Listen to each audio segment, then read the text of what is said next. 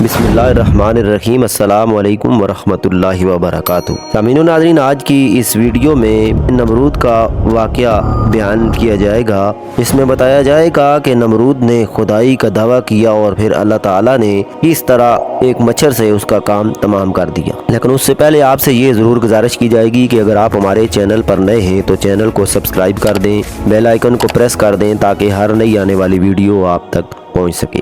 سامعین و ناظرین، ہزاروں سال پہلے کی بات ہے کہ نمرود نام کے ایک بادشاہ کی حکومت تھی۔ اس نے خدا ہونے کا جھوٹا دعویٰ کر رکھا تھا اور جو اسے خدا نہ مانتا اس پر بہت ظلم و ستم کرتا اور قتل بھی کروا دیتا۔ اس دور کے نبی حضرت سیدنا ابراہیم علیہ السلام بھی نمرود کو خدا نہ ماننے کی وجہ سے آگ میں ڈالے گئے، مگر اللہ پاک کے حکم سے وہ آگ آپ علیہ السلام کے لیے ٹھنڈی ہو گئی اور آپ محفوظ رہے۔ حضرت ابراہیم علیہ السلام کو آگ میں ڈالے جانے کے کچھ دن بعد سخت قحط پڑا اور کھانے پینے کا سامان ختم ہو گیا۔ لوگ نمرود کے دربار میں جا کر اناج کی درخواست پیش کرتے، جواباً نمرود ان سے اپنے خدا ہونے کا اقرار کرواتا۔ جو اسے خدا مانتا اسے اناج مل جاتا اور جو نہ مانتا اسے خالی ہاتھ جانا پڑتا۔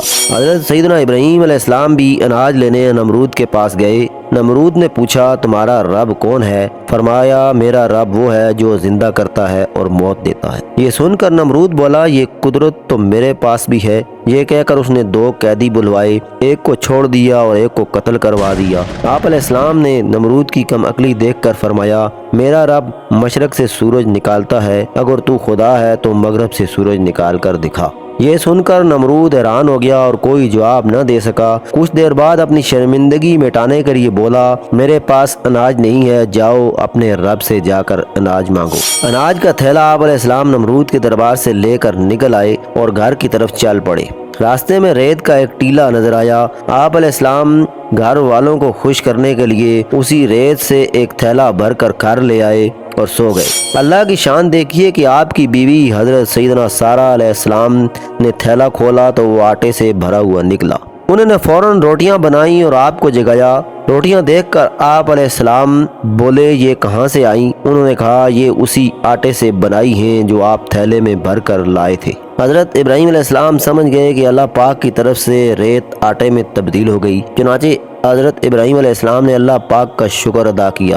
ادھر اللہ پاک نے انسانی شکل میں ایک فرشتہ نمرود کے پاس بھیجا۔ فرشتے نے اسے کہا، تیرا خدا کہتا ہے تو مجھ پر ایمان لے آ، میں تیری بادشاہت برقرار رکھوں گا۔ نمرود بولا، کون خدا؟ خدا تو صرف میں ہوں۔ فرشتے نے دوسری اور پھر تیسری بار بھی اپنی بات دہرائی، مگر ہر بار نمرود نے انکار ہی کیا۔ اس کی سرکشی کا نتیجہ یہ ہوا کہ اللہ پاک کی طرف سے مچھروں کی فوج نمرود کے لشکر پر مسلط ہو گئی، جس نے لشکر کے تمام افراد کا گوشت کھا کر سارا خون پی لیا اور ان کی صرف ہڈیاں باقی رہ گئیں۔ مچھر اتنے زیادہ تھے کہ سورج کی روشنی دکھائی نہیں دیتی تھی۔ نمرود یہ ہولناک منظر دیکھتا تھا مگر کچھ نہیں کر سکتا تھا۔ اس کے بعد اللہ کا کرنا یہ ہوا کہ ایک مچھر نمرود کی ناک کے راستے دماغ میں گھس گیا اور مغز کھانا شروع کر دیا۔ درد کی شدت سے نمرود پاگل ہونے لگا اور اس نے اپنی تکلیف ختم کرنے کے لیے سر پر ڈنڈے لگوانا شروع کر دیے۔ خدا کی قدرت، جب سر پر ڈنڈا پڑتا مچھر کاٹنا چھوڑ دیتا اور جب ڈنڈا نہ پڑتا تو کاٹنا شروع کر دیتا۔